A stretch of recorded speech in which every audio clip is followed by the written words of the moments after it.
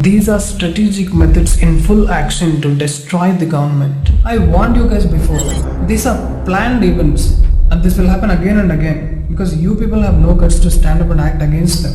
Even after giving so many solid proofs and a path for the agencies to follow. If you still listen to Dhruv Rathi, read the fake news of The Wire, The Quint, Alt News and other such portals, and you get data from Wikipedia, then you people deserve these rights. All of us saw these events happening in front of our eyes, but we never connected the dots.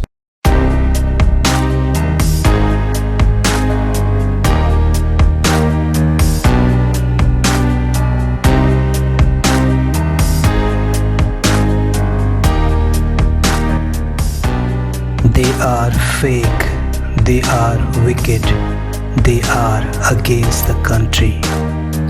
How many more exposes should be done to prove it?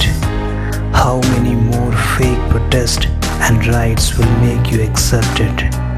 How many more Kashmir-like exodus is required to finally open your eyes? BJP, currently ruling 18 states, celebrated many victories, including recent victory in Assam. None of the celebration involved even minute harm to the opponent. But the moment one of the Messiah of secular fabric of India won, 300 people got killed within 72 hours. And this is not it. Not even single liberal uttered a word against it.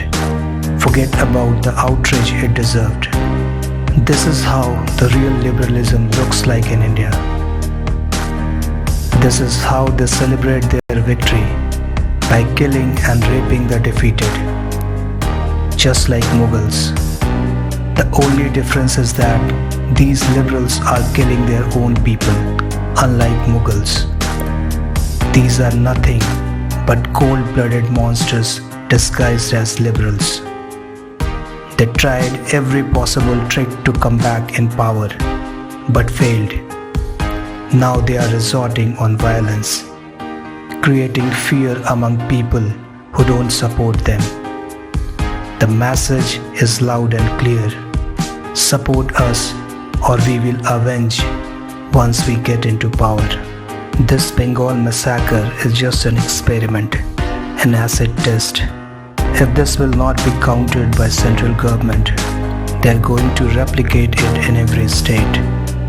Like Sting rightly said, they cannot defeat Modi, but they can harm you.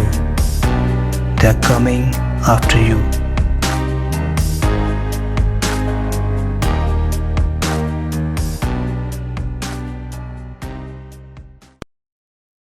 Like करें, comment करें और subscribe करें।